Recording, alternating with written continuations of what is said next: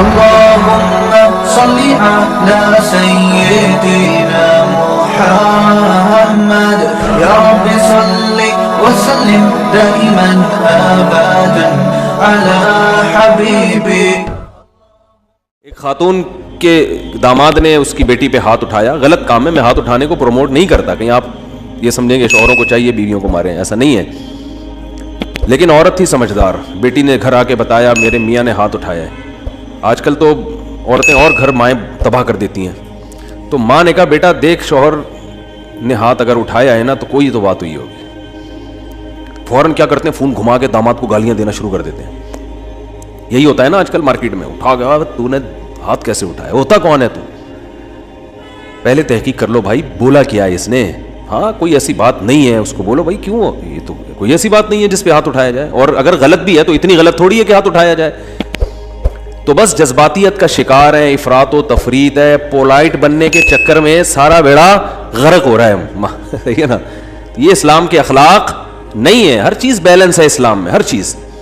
کتنا پیارا اصول ہے, بچے کو 7 سال کی عمر میں محبت سے سمجھاؤ, مارنے کی اجازت نہیں ہے. چھوٹا ہے بھائی, نماز پڑھے ٹھیک ہے, نہیں پڑھے تو بھی ٹھیک ہے, 10 سال تک برداشت کرو. 3 سال تمہارے پاس ہیں محبت کے لیے, 10 سال میں بھی نماز نہیں پڑھتا تو اب انسان لاتوں کے بھوت ہاتھوں سے نہیں سمجھتے, اب ہاتھ اٹھانا پڑے گا آپ کو. اب نہیں اٹھائیں گے تو یہ پولائٹنس نہیں ہے, یہ آپ کے نالائق ہونے کی, بولو نا بھائی, دلیل ہے, آپ کے نالائق ہونے کی دلیل ہے. تو ہر چیز میں ایسا ہے, ہر چیز میں, ہر معاملے میں. آپ کا ملازم ہے, صحیح کام نہیں کر رہا, ٹائم پہ نہیں آ رہا, بزنس کا بیڑا غرق کر دیا, محبت سے سمجھاؤ, تمیز سے. 2-4 دفعہ کے بعد چل بھائی چھٹی تیری, نکل پتلی گلی سے, ٹھیک ہے نا. یہ فیکٹری ہے, ہم نے کو ایدی سینٹر تھوڑی کھولا ہوا ہے ہم نے یہاں پہ. ہمارے ایک رشتے دار فیصل آباد میں, ان کی فیکٹری تھی کپڑے کی, مجھے لے گئے. ویسے مجھے شوق بھی ہے چیزیں دیکھنے کا, کیسے بن رہا ہے, کیا ہو رہا ہے. تو ملازم بڑے تمیز سے کام کر رہے ہیں. میں نے کہا پہلی دفعہ دیکھا ہے ملازم اتنی تمیز سے. انہوں نے کہا ٹھڈے مار مار کے ان کو انسان بنائے, ٹھڈے مار مار کے کیا بنائے. کہہ رہے بیٹھے رہے, کہتے تھے جب آتا تھا سو رہے ہوتے تھے, کام ہی نہیں کرتے. دہاڑی پہ تو ایسے ہی ہوتا ہے نا, کمیشن پہ کام ٹھکا ٹھک ہوتا ہے, دہاڑیوں پہ کام ایسا ہی ہوتا ہے. تو یہ نہیں ٹھڈے وڈے نہیں مارے, تمیز, اصل تو تمیز ہی ہے, لیکن تمیز کی بھی ایک کیا ہے میرے بھائی, حد ہے, حد ہے تمیز. تو مسلمان چونکہ ہماری زندگیوں میں بیلنس ہی نہیں ہے. اصل تو اخلاق ہی ہے, یاد رکھو. اصل کیا ہے, یہ نہیں کہ اصل سختی ہے. اصل کیا ہے, جو کام اخلاق سے ہوتا ہے وہ سختی سے نہیں ہوتا. اسلام نے اصل تو اخلاق سکھائے. آپ صلی اللہ علیہ وسلم نے فرمایا قیامت کے دن میرے سب سے قریب وہ ہوگا احسنہم اخلاقا, جس کے اخلاق سب سے اچھے ہوں گے. گالیاں ٹھڈے یہ کوئی تہذیب نہیں ہے.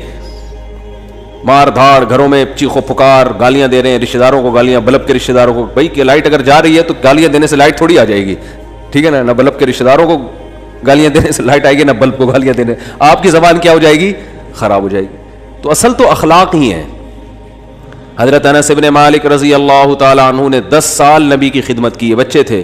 فرماتے ہیں ایک دفعہ بھی ایسا نہیں ہوا کہ میں نے کوئی کام نہیں کیا اور آپ نے یہ پوچھا کیوں نہیں کیا, اور میں نے کوئی کام نہیں کرنا تھا اور کر دیا تو آپ نے یہ پوچھا کہ کیوں کیا. بس جتنا کام کر دیا ٹھیک ہے, نہیں کیا تو بھی ٹھیک ہے. نبی صلی اللہ علیہ وسلم نے حضرت انس بن مالک کو ایک دفعہ کسی کام سے بھیجا. وہ بچے تھے, بجائے کام کرنے کے بچوں میں کھیلنے لگے جا کے. تو آپ صلی اللہ علیہ وسلم گئے, دیکھا بھائی کہاں ہیں, تو دیکھا وہ تو کھیل رہے ہیں. تو آپ صلی اللہ علیہ وسلم حضرت انس بن مالک کے پیچھے جا کے کھڑے ہو گئے. حضرت انس نے پیچھے مڑ کے دیکھا تو آپ صلی اللہ علیہ وسلم کھڑے ہوئے مسکرا رہے ہیں, کچھ بھی نہیں کہا. سمجھ رہے ہیں وجہ کیا ہے بھائی, یہ تو اپنی ان کی والدہ نے گفٹ دیا ہے نا خدمت کے لیے, تو اپنی مرضی سے خدمت کر رہے ہیں, اس میں سختی کیسی. ٹھیک ہے خدمت کر دی تو بھی, اور بچوں کے ساتھ تو ویسے بھی شریعت میں سختی نہیں ہے, بچوں کے ساتھ تو بہت نرمی ہے. میں تو وہ جو ٹھڈے مارنے کی بات کروں تو 30-35 سال کے تھے نا جو پڑے ہوئے ہیں.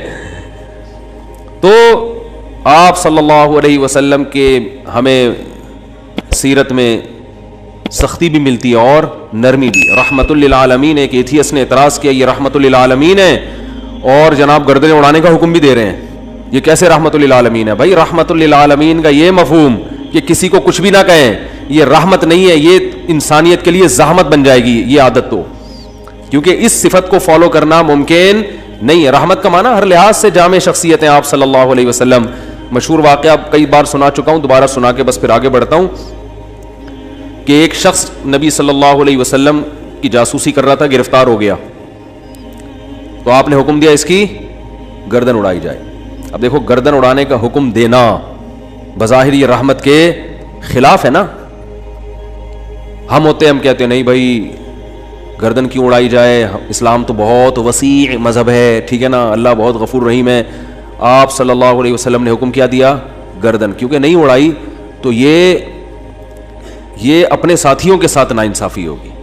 کل دوبارہ جاسوسی کرے گا. ہمارے ساتھ پہلے اپنے لوگ ہیں, لیکن اس نے اپنی 6 بیٹیوں کا واسطہ دیا کہ میری 6 بیٹیاں ہیں, میں 6 بیٹیوں کا باپ ہوں, آئندہ نہیں کروں گا.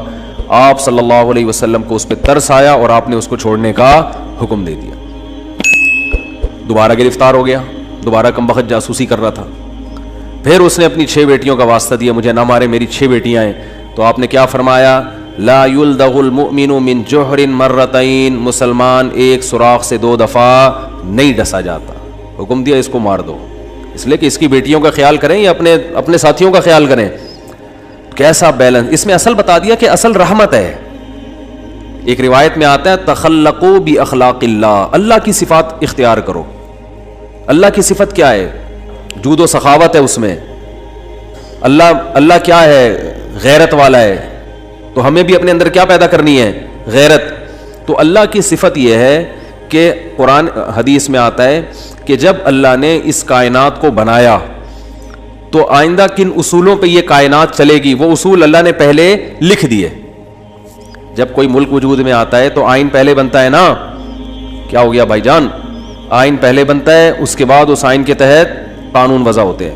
تو اللہ نے سب سے پہلے جو چیز پیدا کی وہ قلم. حدیث میں یہ ہمیں سمجھانے کے لیے مثالیں دی گئی ہیں. اول ما خلق اللہ القلم, سب سے پہلی چیز جو اللہ نے پیدا کی وہ کیا ہے, قلم. کائنات کو بنانے کے بعد, تاکہ جو کائنات جن اصولوں پہ چلے گی نا, وہ اصول, وہ آئین پہلے سے طے ہو جائیں کہ اس آئین کے تحت چلے گی. اور اللہ نے سب سے پہلی چیز قلم بنا کے اسے حکم دیا لکھ. ٹھیک ہے نا, کیا حکم دیا, بولو نا, لکھ. تو پہلا اصول لکھا, سبقت رحمتی علی غضبی, میری رحمت میرے غصے پر غالب رہے گی. کیا پیاری بات اللہ نے ہم لوگوں کے لیے لکھ دی, جس کی وجہ سے آج ہم بچے ہوئے ہیں. یعنی جہاں غصے اور رحمت میں ٹکراؤ ہوگا تو رحمت کیا ہوگی, رحمت کا گراف ہمیشہ اوپر رہے گا. اللہ یہ بھی لکھ سکتے تھے کہ میرا جو غضب ہے وہ ہوگا ہی نہیں, میرا غضب ہوگا ہی نہیں, ہمیشہ کیا رہے گی, رحمت. رحمت ہی رحمت کے اصول پہ چلے گی, غضب نہیں ہوگا. تو پھر لوگ پیغمبروں کی نہیں مانتے. قوم عاد, قوم سمود تباہ نہ ہوتی, قوم لوط تباہ نہ ہوتی, فرعون سمندر میں غرق نہ ہوتا پانی میں, اور آگ میں نہ جلتا, اور جہنم نہ ہوتی. تو اللہ نے یہ نہیں لکھا کہ میرا غضب ہوگا ہی نہیں, بلکہ اللہ نے لکھا کہ غضب بھی ہوگا, رحمت بھی. لیکن رحمت اور غضب میں جب ٹکراؤ ہوگا نا, تو رحمت کو کیا کروں گا, غالب کروں گا. جیسے کوئی گناہگار جب توبہ کرتا ہے تو اس کی توبہ کا تقاضا ہے کہ معاف کیا جائے, سابقہ گناہوں کا تقاضا ہے کہ معاف نہ کیا جائے. تو جب ٹکراؤ ہوگا تو رحمت کو اللہ کیا کر دیں گے, غالب کر دیں گے. رحمت کو اللہ ہمیشہ غالب کریں گے. تو یہی نبی صلی اللہ علیہ وسلم کی بھی صفت, کہ جب رحمت اور غضب میں ٹکراؤ ہوتا تو آپ صلی اللہ علیہ وسلم کی صفت رحمت کیا ہوتی, ہمیشہ غالب ہوتی. اس کی بہت ساری مثالیں ہیں. مشرکین مکہ نے کتنا ستایا, جب مکہ فتح ہوا تو آپ نے فرمایا لا تثریب علیکم الیوم, سب کو معاف کر دیا, ضرورت نہیں ہے تلوار چلانے کی. بھائی اب ان کو قتل کر کے کیا ملے گا ہمیں, ضرورت نہیں ہے. جو اللہ نے ہمیں غلبہ دینا تھا وہ دے دیا ہے. تو نہیں تلوار چلائی آپ صلی اللہ علیہ وسلم نے, بلکہ مشرکین کے جو سردار تھے ان کو الگ سے عزت دی آپ صلی اللہ علیہ وسلم نے. لیکن جہاں یہ جو جاسوس پکڑا گیا تو اس میں بھی معافی مانگی, 6 بیٹیوں کا حوالہ دیا. جب 6 بیٹیوں کا حوالہ دیا تو بیٹیاں ہونا اس کی علامت ہے کہ باپ پہ کیا کیا جائے, رحم. بیٹیوں کا کون پوچھے گا بعد میں. جاسوس ہونا اس کا تقاضا کرتا ہے کہ گردن اڑائی جائے. تو یہاں بھی رحمت اور غضب کیا ہو رہے ہیں, بولو بھائی, ٹکرا رہے ہیں. اس لیے آپ صلی اللہ علیہ وسلم نے کیا حکم دیا, چھوڑ دو. بیٹیوں کا واسطہ دے رہا ہے.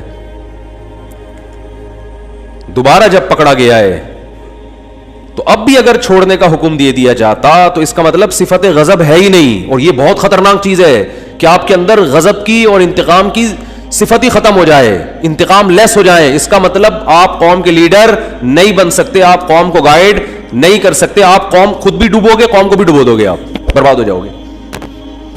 تو میں یہ اتنی ڈیٹیل میں اس لیے بیان کر رہا ہوں کہ یہی چیز ہمیں بھی اپنانے کی ضرورت ہے. اصل پیار ہے, اصل محبت ہے, اصل رحمت ہے, اس کو غالب رکھنا ہے ہمیشہ.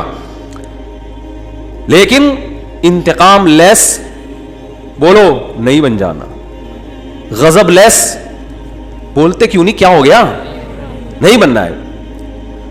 ایسا نہیں ہو جانا کہ اتنے میٹھے کے جو بھی چاہے نگل لے کھا کے. تو یہ جو علماء پہ لوگ اعتراض کرتے ہیں وہ یوں نہیں کیا تو ان کو غصہ کیوں آ گیا, کھڑے کھڑے سنا کیوں دی, یہ تو بھائی آدمی ہے, روٹی کھائیں گے تو غصہ آئے گا. اور اگر اتنے میٹھے کہ جو بھی جو مرضی کرتا رہے غصہ ہی نہ آئے تو ایسا نہیں ہوتا. پیغمبروں کو نہیں غصہ آیا. حضرت موسیٰ علیہ السلام کلیم اللہ, ان کا جلال کیا تھا, مشہور تھا, کلیم اللہ تھے. کیسا جلال کے واقعات ہیں. حدیث میں آتا ہے کہ موت کا فرشتہ حضرت موسیٰ علیہ السلام کے پاس آیا انسانی شکل میں. حضرت موسیٰ نے پوچھا کیسے آنا ہوا, ٹھیک ہے, کہا موت کا فرشتہ ہوں, آپ کی روح قبض کرنے آیا ہوں. حضرت موسیٰ نے ایک کھینچ کے تھپڑ لگا, اتنی زور سے مارا ان کی آنکھ نکل کے گر گئی نیچے. وہ اللہ کے پاس گئے, اللہ اپنے کس بندے کے پاس بھیجا ہے تو نے مجھے, ہے بھائی پتہ نہیں حضرت موسیٰ کو غصہ کس بات پر آیا, اسٹائل ان کا ایسا ہوگا, ہے بھائی, یا کیا وجہ وہ تو حضرت موسیٰ ہی جانتے ہیں. ظاہر ہے پیغمبروں کو ناحق غصہ نہیں آتا, لیکن اللہ بس ایک حضرت موسیٰ کی جو جلالی صفت ہے نا اس کا اظہار کرنا چاہتے تھے کہ دشمنوں کو کہ ان سے بچ کے رہو, ٹھیک ہے, انہوں نے فرشتے کے تھپڑ لگا دیا, تھوڑا سا احتیاط رکھو ان سے. تو اصل کیا ہے میرے بھائی, اصل محبت ہے. یہ میں اس لیے بتا رہا ہوں کہ بعض لوگ الٹی کوالٹی ہوتی ہے ان کے اندر, اصل غصہ ہے, جب دیکھ لیں غصہ جاری نہیں ہو رہا تو پھر تمیز پہ آ جاتے ہیں وہ, ٹھیک ہے نا. شروع میں کیا کرتے ہیں, غصہ اور مار دھاڑ اور گالیاں یہاں سے شروع کرتے ہیں پہلے, یعنی آپشن یہ ہوتا ہے ان کا. اگر اس سے بندہ قابو میں نہیں آیا تو ان کو اندازہ ہو جاتا ہے یہ قابو میں آنے والا نہیں ہے, پھر وہ کس سے بات کرتے ہیں, تمیز سے بات کرتے ہیں. بالکل اس کی مثال ہے, ایک آدمی نے کسی کے چاقو رکھا, بولا تیری جیب میں جو کچھ ہے نکال دے, اس نے ٹیٹی نکال دی. اب یہ کہہ رہے تیری جیب میں جو کچھ ہے نکال دے, ٹھیک ہے. یعنی سامنے والا اگر آپ سے بھی بڑا فنٹر نکل آیا, آپ سے بھی بڑا فنٹر نکل آیا تو پھر آپ کہتے ہو بھائی یہاں تمیز, یا تمیز سے بات کے علاوہ آپ کے پاس کوئی آپشن نہیں, فوراً غصہ ٹھنڈا ہو جاتا ہے. تو یہ غلط ہے. نہ تو غصہ لیس ہو جانا ٹھیک ہے کہ کچھ بھی ہوتا رہے, اور چونکہ میاں بیوی میں بہت ہو رہا ہے آج کل, یہ بہت زیادہ پھڈے جھگڑے, داماد ایک نمبر کا ہیروئن چرسی کہیں کا الو کا, کیا بولوں میں, اور برداشت پہ برداشت, نہیں کل ٹھیک ہو جائے گا, نہیں پرسوں ٹھیک ہو جائے گا, وہ بھائی نہیں ٹھیک ہوگا, یہ چھوڑ دو اس کو, نہیں جی اللہ کی رحمت بہت بڑی ہے, ہو سکتا ہے ٹھیک ہو جائے. بھائی اللہ کی رحمت بڑی ہے اس کا یہ مطلب ہے ہی نہیں. اس کا مطلب ہے کہ چھوڑ دو تو اللہ کی رحمت بڑی ہے, کوئی دوسرا دلا دے گا اللہ. جب ثنا خان کو مفتی انس مل سکتے ہیں اور مفتی انس کو ثنا خان مل سکتی ہے تو اس کا مطلب کسی کو کسی بھی ٹائم پہ کچھ بھی مل سکتا ہے. دو انتہائیں ہیں نا, ایک مولوی اور ایکٹریس کی آپس میں شادی ہو گئی تو اس کا مطلب کسی کی کسی بھی ٹائم پہ کسی پہ بھی شادی ہو سکتی ہے. رشتوں کی کمی مارکیٹ میں نہیں ہے.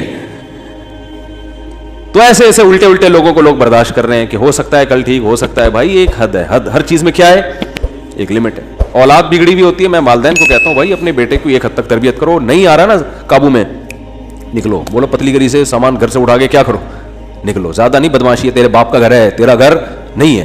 ہاں سارے 100% درست نہیں ہوتی اولادیں, کچھ تو باپ کو بھی برداشت کرنا پڑتا ہے اولاد کی خاطر, لیکن وہ بھی ایک حد ہے نا, حد سے زیادہ تھوڑی ہوتا ہے, حد سے زیادہ نہیں ہوتی کوئی بھی چیز.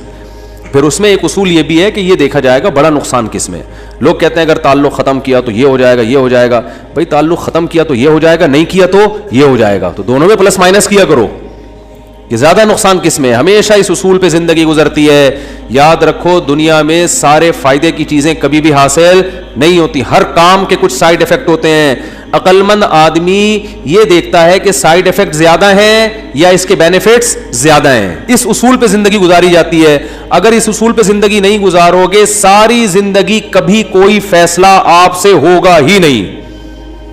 سمجھ رہے ہو کہ نہیں سمجھ رہے؟ ساری زندگی کنفیوز رہو گے اور کبھی کوئی فیصلہ آپ سے ہوگا ہی نہیں. ہمیشہ اس اصول پہ زندگی گزرتی ہے کہ یہ کام کرنے میں بھی نقصان, نہ کرنے میں بھی, کرنے میں زیادہ یا نہ کرنے میں زیادہ. اس کو پلس مائنس کر کے فوراً رپورٹ مارکیٹ میں لایا کرو, ٹھیک ہے نا, اور رپورٹ خود تیار کرو, کرنا ہے بھائی. یہ سائیڈ افیکٹ ہیں اس کے, تو یہ برداشت کریں گے. جیسے اینٹی بائیوٹک ہے, کچھ سائیڈ افیکٹ ہوتے ہیں, اب ہوتے ہیں تو ہوتے رہیں. کیا خیال ہے؟ تو میں یہ عرض کر رہا تھا کہ اللہ تعالیٰ کا کیا اصول ہے. اللہ تعالیٰ نے بھی کتنی بڑی اللہ کی رحمت, لیکن اللہ نے اس کا ایک اصول اور ضابطہ بنا دیا کہ آخرت میں اس کو نہیں بخشوں گا جو مجھے نہیں مانے گا یا میرے ساتھ شرک کرے گا, کچھ بھی ہو جائے, چاہے پیغمبر کی سفارش کیوں نہ آ جائے, بلکہ پیغمبر پر پابندی لگا دوں گا کہ آپ کو ان کی سفارش کی اجازت نہیں ہے. یہ بہت بھائی, اس سے پتہ چلتا ہے ایمان بہت بڑی نعمت ہے. آج مسلم گھرانوں میں بات بات پر ایمان سے ہاتھ دھو بیٹھ